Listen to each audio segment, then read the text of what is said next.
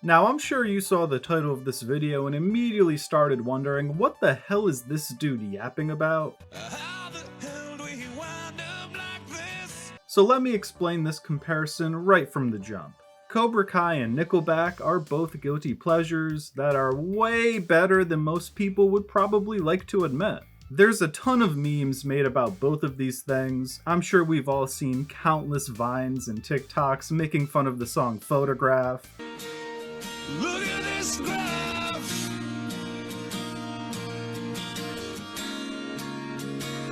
And we've seen plenty of memes poking fun at how hard Daniel absolutely glazes the shit out of Mr. Miyagi. We don't teach these kids to fight with anger. That's not the Miyagi-Do way.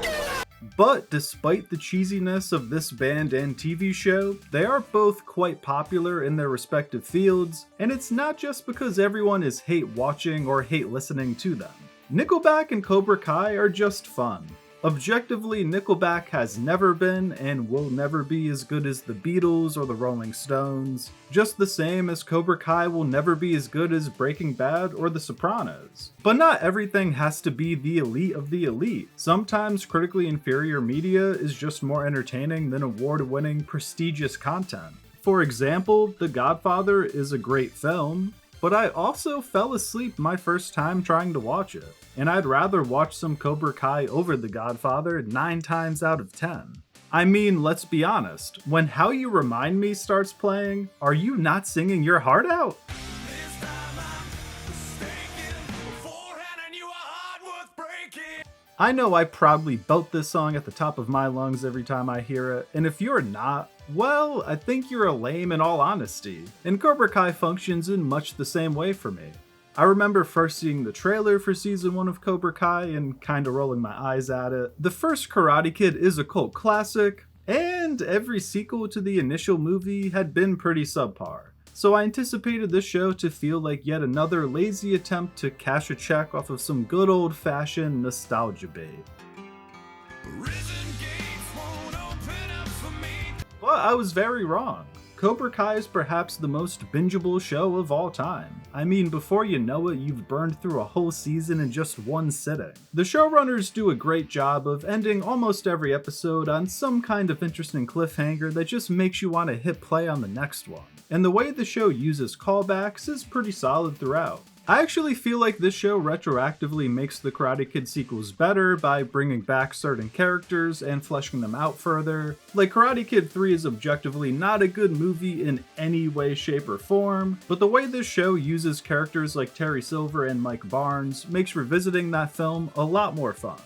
I think the arcs and development of a lot of the key characters in Cobra Kai also highlights the show's goofy but fun nature in a really compelling way. Take Hawk for example. The premise of a character getting a mohawk and then going from a picked-on nerd to a bully himself and getting a massive back tattoo at the age of 15 is quite bizarre and shouldn't really work. How the hell do we wind up like this? But this strange backstory has somehow, some way, created one of the most beloved characters in the Karate Kid universe. And I really love that the show built Hawk up just to tear him back down. Hawk became a popular asshole at their high school, essentially the kind of person who used to bully him. And rather than rising above the bullying that was inflicted upon him, he simply continues the line of aggression, even against his best friend Dimitri. So by having Dimitri beat Hawk in the big school fight at the end of season 2, and having Moon break up with him, it breaks Eli down to his lowest point, so that he can be rebuilt and redeemed. But not before he becomes even more of an asshole first. He destroys Dimitri's Lego school project, even breaks his former best friend's arm. But Hawk begins to hate the person he's become. Despite growing stronger now that he's accepted the Cobra Kai mentality, he still doesn't feel good inside. And when simply increasing the degree of his bullying acts doesn't fix the problem, well, he realizes he's been down the wrong path and needs to make a change. And this ultimately leads to him winning the All Valley tournament at the end of season 4, and this character arc sounds rather ridiculous when you simply read the synopsis of it on paper, kind of like many Nickelback lyrics. Never made it as a wise man. but seeing Hawk's arc executed on our television screens was not only entertaining, but was an emotionally engaging journey. Seeing Eli win the tournament in Season 4 is one of my favorite Cobra Kai moments, and I think as a character, Hawk is like the prime example of how goofy, yet surprisingly good this show is. Now, I will be fair, Season 5, and especially the first part of Season 6, did start the show down a negative path in my mind. I feel like Season 4, with a few minor changes, primarily having Cobra Kai lose the All Valley, could have served as a really good endnote to this series. Because, I'll just be frank, I don't really care about the Sekai Taikai. The idea of Cobra Kai going global is not a storyline I find too engaging, and while it is still fun to interact with these characters that we've grown to love so much, at this point, because the plot is being stretched so thin, the cheesiness of the show is starting to become way more apparent and harder to ignore. I'd say Season 6 Part 1 is essentially Cobra Kai's version of Photograph. Look at this photograph. It's something that even hardcore fans of the series likely have no defense for. It's just pretty mid and meme-worthy. But I do think people are getting a little carried away. Season 6 Part 1 being bad doesn't retroactively make the first 4 seasons of Cobra Kai bad. Miguel falling off the balcony at the end of Season 2 is still an incredible and chilling moment. Watching Miguel learn how to walk again and rekindle his relationship with Johnny is awesome. Robbie's slow journey out of Cobra Kai is great. Essentially, what I'm trying to say is that everything we love about this cheesy, fun show still applies regardless of what Season 6 continues to bring. I mean, I do hope the Sekai Taikai arc is done well and proves to be more of a how you remind me than a photograph. But even if it's not, I'll still always have fun revisiting the early days of Cobra Kai because I think it was pretty peak entertainment.